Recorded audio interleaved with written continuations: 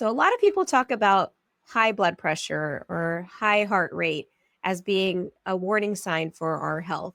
But did you know that low blood pressure or low heart rate could actually be a bigger warning sign in your health optimization or a sign of your stress levels?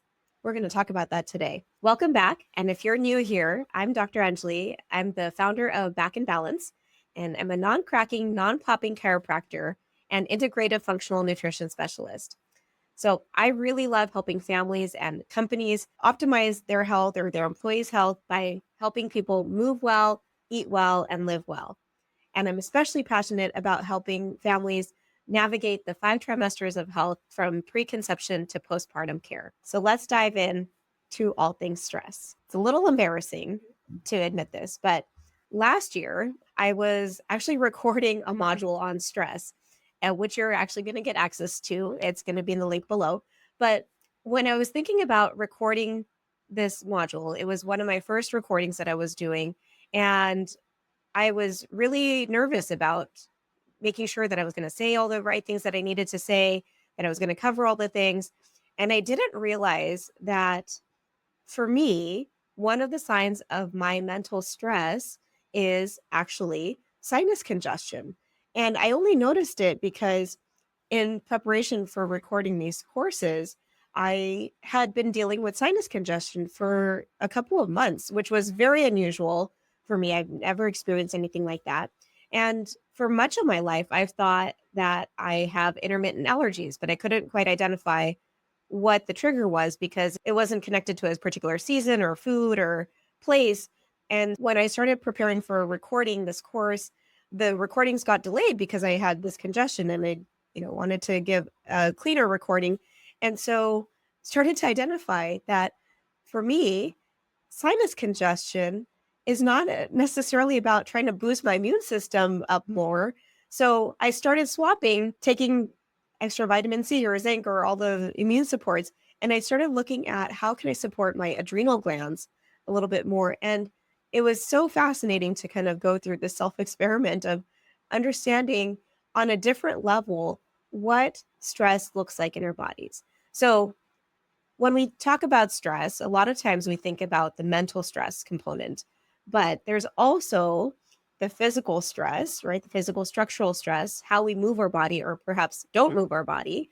There's also the nutritional chemical stress in terms of what we eat, what we don't eat, the things we put on our skin, the air we breathe, all of that plays into our stress response.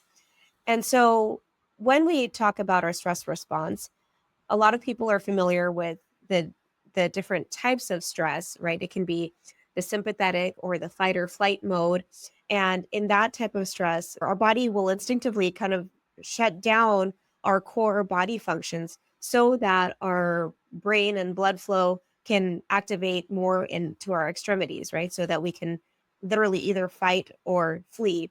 And when this happens, our heart rate will increase, our blood pressure will rise, and our muscles get really primed for action, right? So this is sympathetic or fight or flight response. When it comes to the opposite of that, that is the body's rest and digest or the parasympathetic state.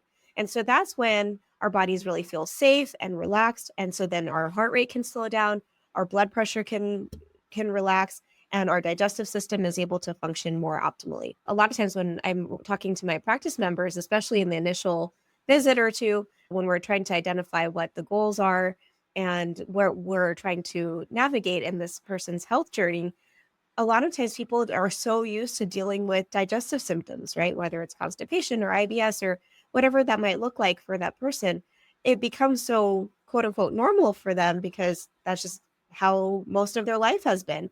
And so understanding that when we have digestive symptoms or when we have higher blood pressure or higher heart rate, it can be an indication of sympathetic or fight or flight stress occurring in our bodies. But sometimes what doesn't get addressed as much is when we are in chronic stress or that fight or flight response, our body will actually go into more of a freeze response.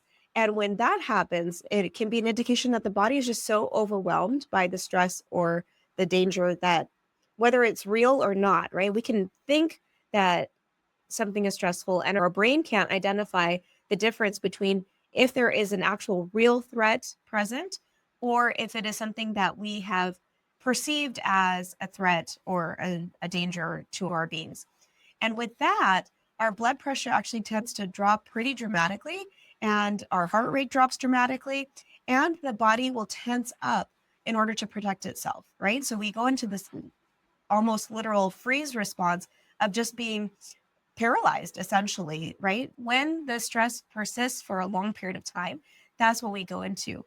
So after having been in practice for a number of years, I, started to connect the dots of what I had been experiencing growing up and what my practice members are experiencing. But I hadn't quite understood the impact of freeze response in my body. I thought, I can manage my stress. Like it's not really a big deal. But I've always historically had lower blood pressure and it doesn't get flagged, right? When you go in for your visits, it just kind of gets written off because it's not high. And so nobody really pays any attention to it, or just it seems like it's quote unquote normal or it's not an issue. And so nobody really said anything about having low blood pressure. Even during my pregnancy, they check your blood pressure at every visit. And the thing to kind of pay attention to for those of you who might be pregnant currently is really understanding that even if you have low blood pressure, that having an increase in blood pressure, even though it may still be within the lower range, can be an indication that the body is trying to navigate a different kind of stress, right? So just paying attention to that. But I didn't realize that, I had historically low blood pressure as a kid. I used to love eating peanut butter and jelly sandwiches, and I wasn't always so great about drinking my water. And so if I would get dehydrated, I would get a bloody nose. Or there were a few instances, not a ton, but a couple of different instances where I would experience lightheadedness or getting a little dizzy. And one of the more, I guess, recent ones as a young adult was I had gone up to Tahoe with a friend and we had a good breakfast and decided to go on a hike. And soon after we had started, I started feeling lightheaded. And I didn't realize that the rocks that we were climbing, I mean, I'm a pretty petite person. And so the rocks that we were climbing required a lot of energy for me to keep up. So now I pay attention with my kids because when they're exerting a lot of energy, even though they have the ability to do so, I really try to make sure that we have some kind of snacks available for them after that because they may not perceive it as being hungry, but their body has just released a lot of energy and they may need some restoration after that. And so if we can take a moment to relax, enjoy the view, and have some time to eat something and digest something, then we start regulating their blood sugar a little bit better, right? So we can set up a better foundation from the get-go rather than trying to address this as they get into their 30s or 40s. But another way to think about stress is the example I like to give is that if we're talking about cars on a freeway, right? So think about parasympathetic stress, like, traffic is moving, flowing nicely, cars are going, everything is great. So sympathetic stress would be when you hear like some kind of emergency vehicle with their sirens, right? So then you pull over, allow the emergency vehicles to pass, and then the traffic would start to resume its flow. So this would be ideal flow in the body as well, right? There is a sympathetic stress. Your body handles it, addresses it, adapts to it, all the things. And then when that threat is gone, then the body can go back to resuming its normal functions.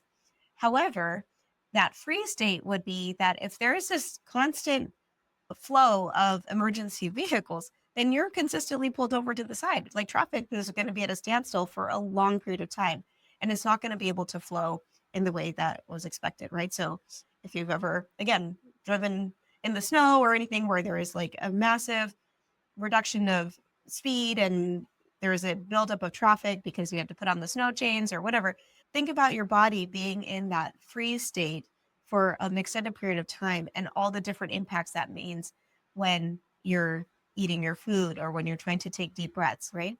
So this is what we talk about in our nervous system regulation, our stress management, and all the things to help our practice members move well, eat well, live well. If this is intriguing to you, please take a look. We'd love to share our free resource for stress management with you. I can't wait to hear what you think, and I'll see you next week.